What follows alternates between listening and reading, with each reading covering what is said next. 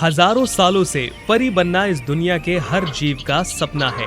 यहाँ तक कि दो बहनें व्हाइट स्नेक और ग्रीन स्नेक भी कोई अपवाद नहीं है। दोनों बहनें हमेशा अच्छे काम करती थीं, बुराइयों से बचती थीं और किसी भी प्राणी को नुकसान नहीं पहुँचाती थीं। इन वर्षों में उन्होंने 9वें चरण तक साधना की है। एक सफल परी बनने के लिए बस एक और कदम। उस समय मानव राक्षस का रिश्ता बेहद तनावपूर्ण था।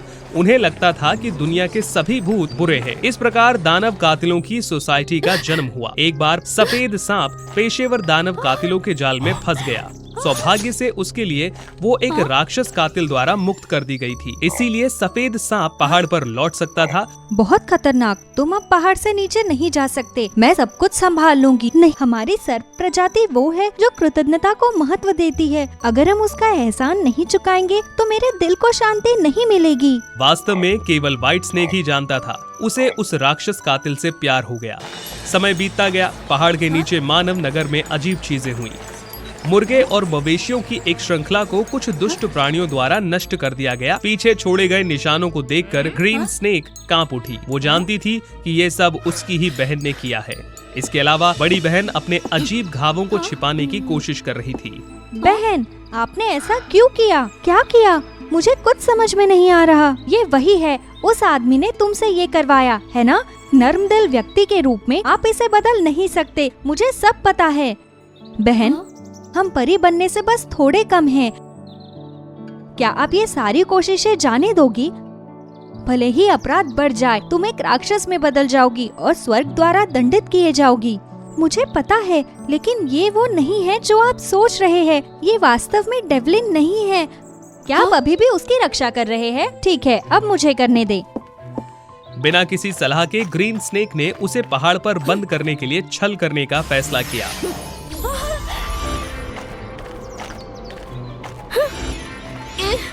और वो व्यक्तिगत रूप से राक्षस कातिल डेवलिन को देखने के लिए गई। व्हाइट स्नेक को लगा कि राक्षस कातिल कोई आम व्यक्ति नहीं था, वो बहुत मजबूत था। ग्रीन स्नेक निश्चित रूप से उसका विरोध नहीं कर सकती थी। वो अपने उत्तराधिकारियों का उपयोग करने के लिए, उसे प्यार करने के लिए, मनाने के लिए दृढ़ थी। ऐसा सोचकर ग्रीन स्नेक ने कमजोर होने का नाटक किया। राक्षसों द्वारा डेवलिन के घर के सामने पीछा किया जा रहा था। जैसा कि ग्रीन स्नेक ने उम्मीद की थी, डेवलिन बिना किसी हिचकिचाहट के समय पर दिखाई दिया, जो कि कमजोर सुंदरता को बचा सकता था।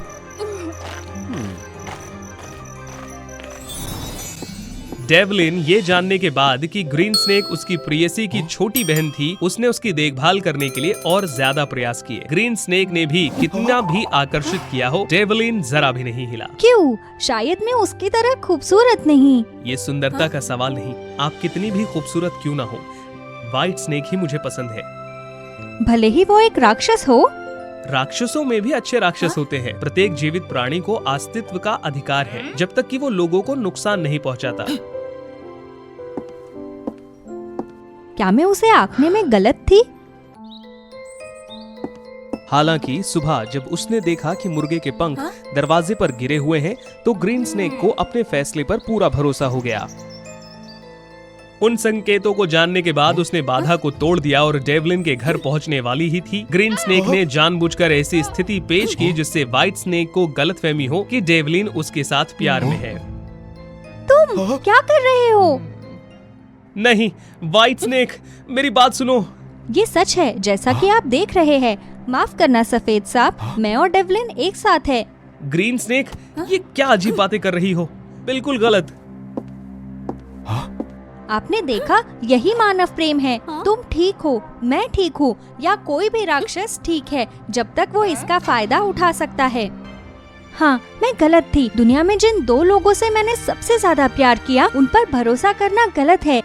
मेरी बात सुनो प्लीज। नहीं, मुझे अकेला छोड़ दो। हमेशा मुझे ही क्यों मुझे हमेशा आदर्श बहन बनना पड़ता है? सारी समस्याओं का समाधान करना पड़ता है। ये आप है, तुम ही हो जिसने जानवरों को मार डाला। क्या? मैं? नहीं।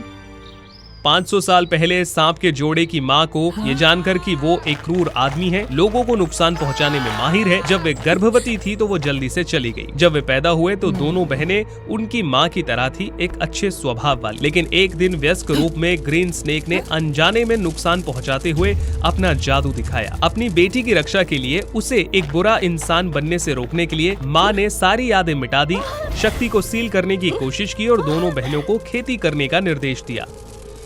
सफेद सांप, मेरी देखभाल करने का वादा करो। उसे किसी को चोट न पहुंचाने दो, तभी मैं चल सकूंगी। सीढ़ी पर थोड़ा ही आगे बढ़ने पर उसका शरीर फिर से बदल गया।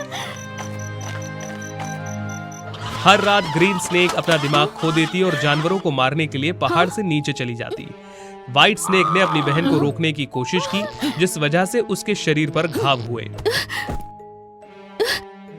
इस डर से कि आपको पता चल जाएगा, मैंने सब कुछ छिपाने की कोशिश की आज तक। आज मुझे इस तरह की बातें क्यों सहन करनी पड़ रही है? ग्रीन स्नेक ने अपना दिमाग खो दिया। पागलपन से उसके चारों ओर सब कुछ नष्ट हो गया। व्हाइट स्नेक ने सब कुछ किया, उसे रोकने की कोशिश की, उसे नुकसान पहुंचाने के लिए बाहर नहीं जाने दिया। लेकिन जाहिर है वो ग्रीन स्नेक की विरोधी नहीं थी। ये देखकर कि उसका प्रेमी घायल हो गया है, राक्षस हत्यारे ने ग्रीन स्नेक को रोकने की कोशिश की। डेवलिन, हरे सांप को लोगों के घर जाने से रोकने के लिए कृपया अपने जादू का उपयोग करें। नहीं, ये खतरनाक है। आप भी शायद इसकी चपेट में आ जाएं। चिंता मत करो, मैं खुद को सुरक्षित रखने का एक रास्ता खोज लूंगी। उम्मीद के मुताबिक डेवलिन के जादू ने दोनों बहनों को अंदर खींच लिया। दुनिया बेहद ठंडी और कठोर थी। जब उन्हें अंदर खींचा गया तो सभी राक्षस बच नहीं पाए। व्हाइट स्नेक, आप मुझे सुन रहे हो? मेरे लिए रुको, मैं तुम्हें बचाने का रास्ता खोज लूंगा। बहन, मुझे हर चीज के लिए खेद है। हमेशा मेरा ख्याल रखने के लिए धन्यवाद।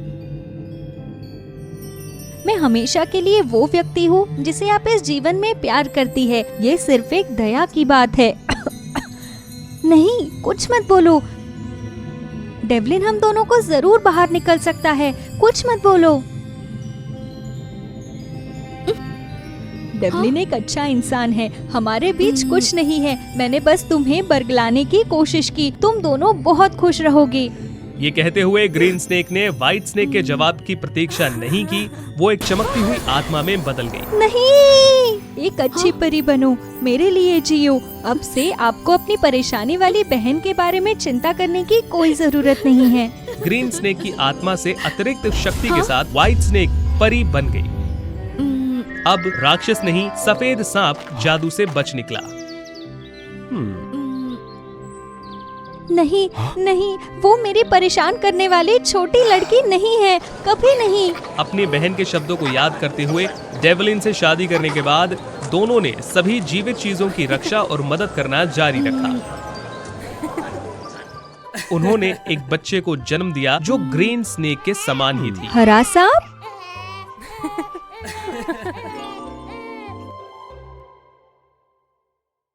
ओह, छोटी सी बात, मेरी आज्ञा का पालन करो। अपनी वीरता की सुंदरता दिखाओ और गरीब भाई को छेड़ने के लिए मेरे साथ आओ। ये इस भूमि की सबसे अजीब एडम चुड़ैल परिवार की सबसे छोटी बेटी मिस वेंसडे है।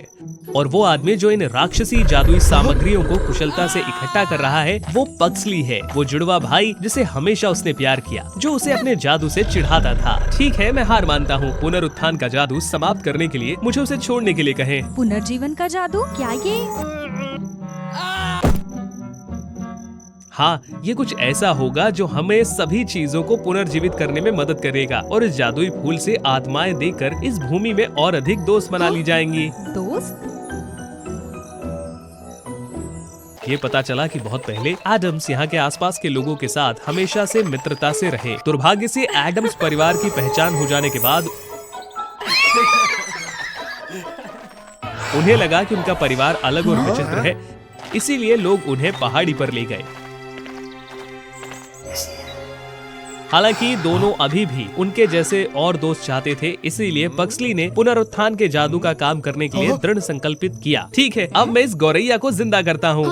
हे, ये रंगी बिरंगी चीजें मेरे पास मत लाना, मैं फूट फूट कर फट जाऊंगी। इसके अलावा ये चीज कैसे सभी चीजों को पुनर्जीवित करने जा रही है? दोस्त बनाने के सपने देखना छोड़ दो, क्योंकि कोई भी चुड़ैलों से दोस्ती नहीं करना चाहता। लेकिन क्या आप हमारे जैसे दोस्त नहीं चाहते? मैं आपको साबित कर दूंगा कि इस छोटी सी चीज का जादू ये कर सकता है। हालांकि चाहे कितनी ही बार उसने उस जादुई वस्तु को सक्रिय करने का प्रयास किया, लेकिन परिणाम वो निकला जिससे पक्सली निराश रहा।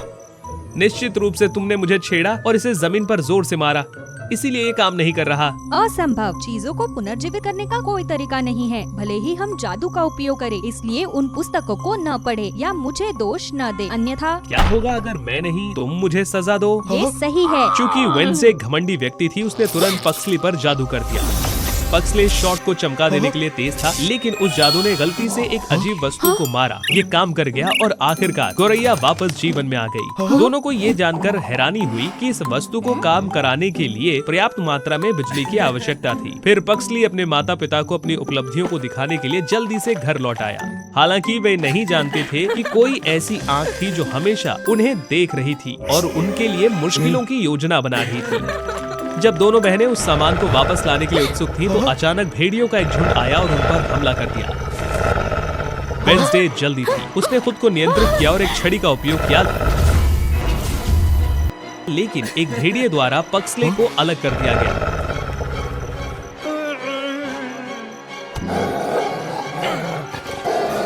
इतना ही नहीं, जब पक्सली ने विरोध करने की कोशिश की तो गलती से उसका हाथ फिसल गया और कीमती वस्तु लगभग किनारे पर आ गई।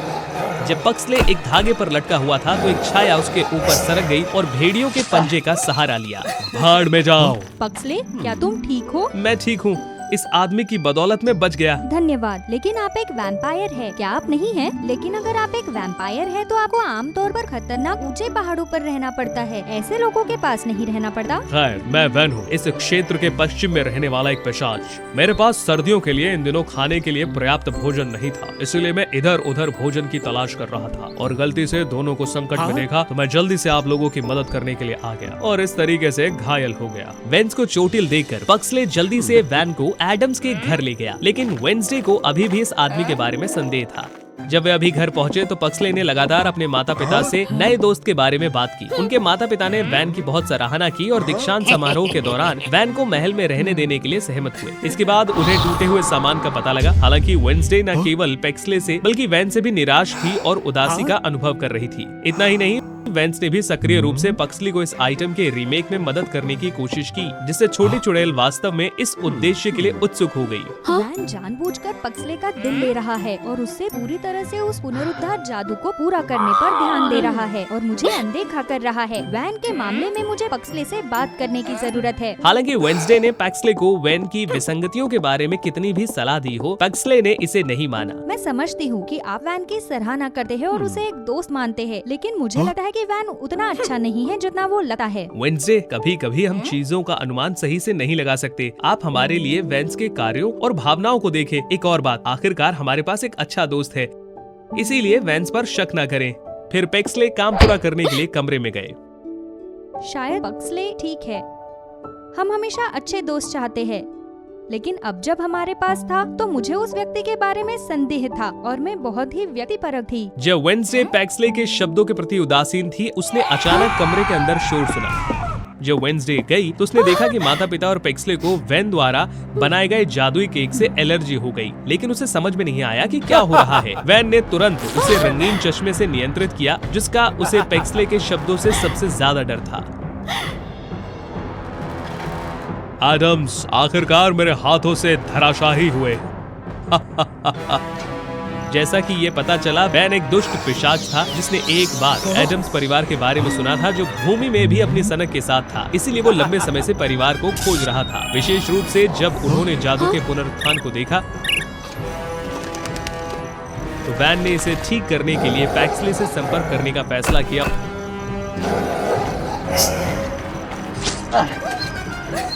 और फिर भूमि पर कब्जा करने के लिए अपने पिशाच गुर्गों को पुनर्जीवित करने के लिए वस्तु को जब्त कर लिया।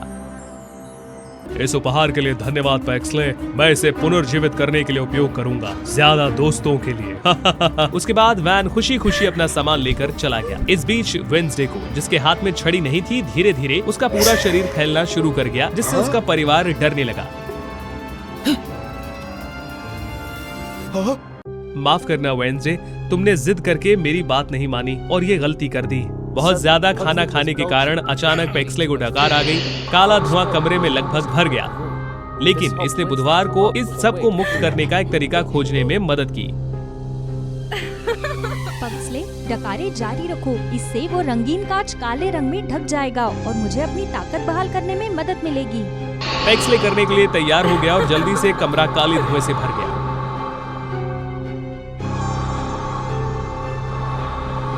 अंत में वेंसडे ने अपनी ताकत वापस पा ली, अपनी छड़ी वापस पा ली और सभी पर जादू किया। उसके बाद वेंसडे ने पैक्सले के साथ जाने और वैन को खोजने का फैसला किया ताकि उसकी दुष्ट योजना को रोका जा सके। उन्होंने गांव में बिजली की धारा का पीछा किया और पता किया कि वैन ने दुर्गों को पुनर्जीवित करने के लिए वस्तु का उपयोग किया था और ग्रामीणों पर हमला करना शुरू कर दिया था। वेंसडे को पिशाचों को नियंत्रित करने के लिए तुरंत छड़ी का इस्तेमाल करना पड़ा, लेकिन वे न केवल मजबूत थे बल्कि तेजी से उड़ रहे थे, जिससे वो अनजान थी। हालांकि वेंसडे की छड़ी को पिशाच ने तोड़ दिया।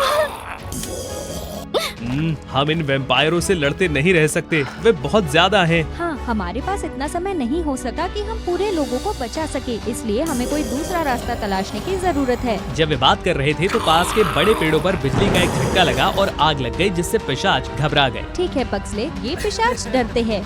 आग! हालांकि मेरी छड़ी टूट गई थी, इसलिए मैं बड़ी आग नहीं लगा सकी। तो इसका इस्तेमाल करो। लेकिन ये आपकी उपलब्धि है, अगर हम इसे जला दें। ये वो वस्तु है जिसे वैन और मैंने बनाया था, लेकिन ये कुछ ऐसा बन गया है जो हमारे परिवार और लोगों के लिए हानिकारक था। इसीलिए मैं अपने पापों की भरपाई के लिए इस कीमत को चुकाने के लिए तैयार हूँ। क्षमा करे पैक्सले, मैं आपको एक अच्छा दोस्त नहीं दे सकती, लेकिन दोस्त न होने के बावजूद मुझे आशा है कि हम एक साथ रहेंगे और एक दूसरे की मदद करेंगे, जैसे हम अभी करते हैं। फिर वेंसडे की जादुई सामग्री और मंत्रों के साथ लोगों की साक्षी में जादू की भयावह आग भड़क गई। चारों तरफ से बड़ी आग घिर गई, पिशाच घबरा गए और धीरे धीरे हार गई। इसके अलावा वैन आग से लगभग भस्म हो गई। जब उसने अपने पंखों को घायल कर लिया था, इसीलिए उसने चमगादड़ बनने का फैसला किया और भाग गया। आखिरकार वैन का पूरा गुर्गा नष्ट हो गया। अंत में प्रकाश को लोगों के पास वापस लाया गया। हमने ये कर दिखाया कि आप एडम्स की चुड़ैल हैं। हालांकि दोनों अपनी पहचान लोगों से छुपाना चाहते थे, लेकिन ये नामुमकिन था। कोई आश्चर्य नहीं है कि हमने आप लोगों को इतना परिचित देखा है। इसके अलावा देखो कि तुम दोनों ने जो आग लगाई है उसका असर यहाँ की हर चीज पर कैसे पड़ रहा है। लेकिन ये आपकी आग के लिए धन्यवाद था कि हम पिशाच से बच सके, इसलिए हमें बचाने के लिए आपका बहुत बहुत धन्यवाद। हालांकि हमने आपके परिवार को पुराने दिनों में दूर भगा दिया था। तो हम अब भी दोस्त बनने की कोशिश कर सकते हैं। आपका बहुत बहुत धन्यवाद। लोगों को अपनी बहनों की मदद की गवाह के रूप में उन्होंने आदमियों का गांव में वापस स्वागत करने के लिए एक पार्टी बनाने का फैसला किया और फिर एडम्स बहनों के नए दोस्तों के साथ यात्रा और चुनौती जारी रही।